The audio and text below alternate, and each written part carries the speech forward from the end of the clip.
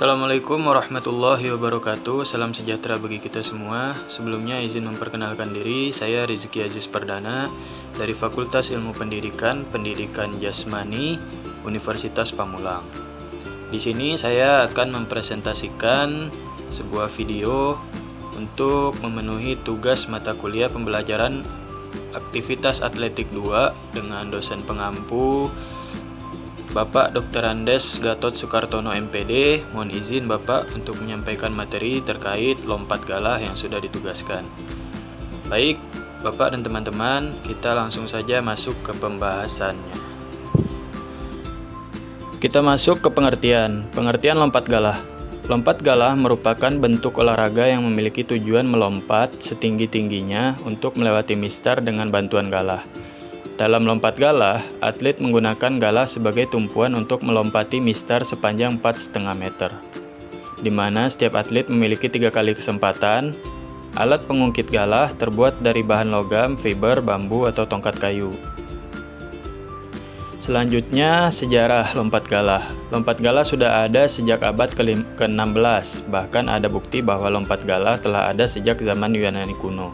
Pada masa modern, lompat galah telah ada di Jerman sejak tahun 1850-an. Pada tahun 1857, alat pengungkit atau galah masih menggunakan bambu. Seiring berjalannya waktu, galah terbuat dari tiang baja pada 1940-an. Lalu galah terbuat dari serat karbon dan banyak digunakan pada akhir 1950-an.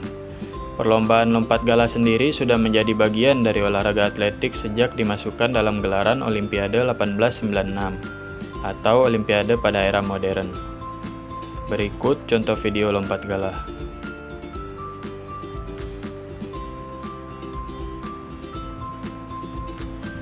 Selanjutnya tahapan teknik lompat galah. Yang pertama awalan, menancapkan galah, berayun dan menggantung, tarikan dan putaran, yang terakhir melewati mistar.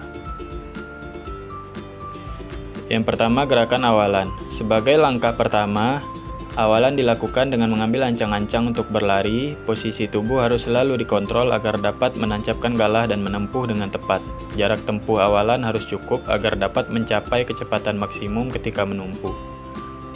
Berikut contoh teknik awalan.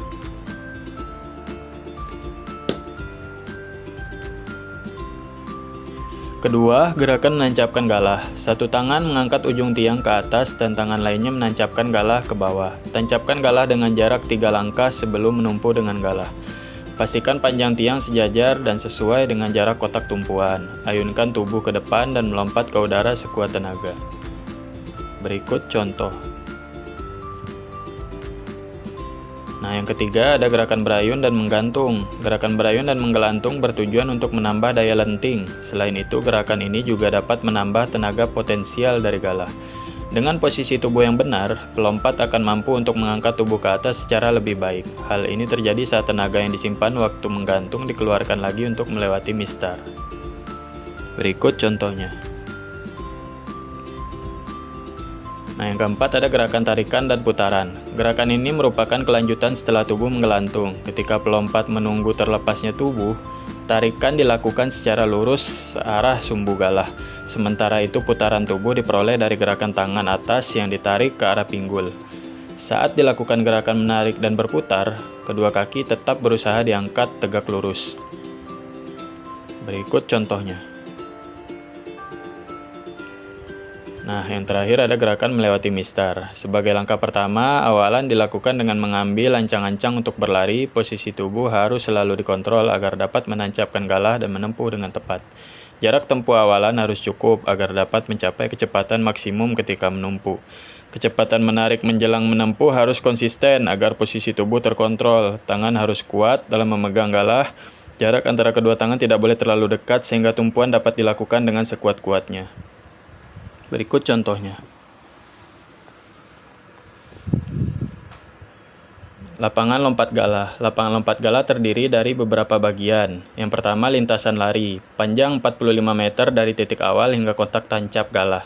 Yang kedua, kotak tancap galah panjang 1-1,084 meter, lebar 60 cm, panjang daerah miring 80 cm, kedalaman bagian tancap 20 cm.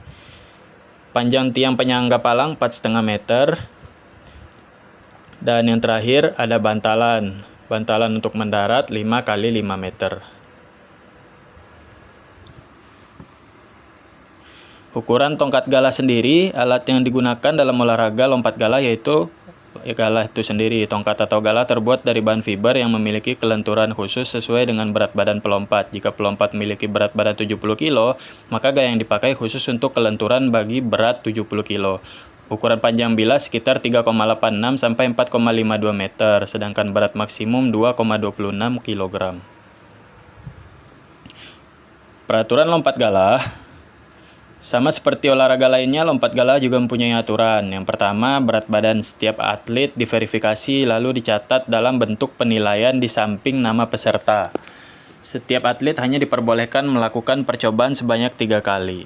Apabila setelah melakukan 3 kali percobaan masih belum berhasil, maka atlet atau peserta dinyatakan tereliminasi. Atlet dilarang menggunakan bantuan penambahan berat buatan dalam kompetisi. Atlet dilarang menggunakan sepatu yang dapat memberikan keuntungan tersendiri. Peserta atau atlet dilarang memakai perban di jari kecuali ada luka atau cedera. Sekian, terima kasih.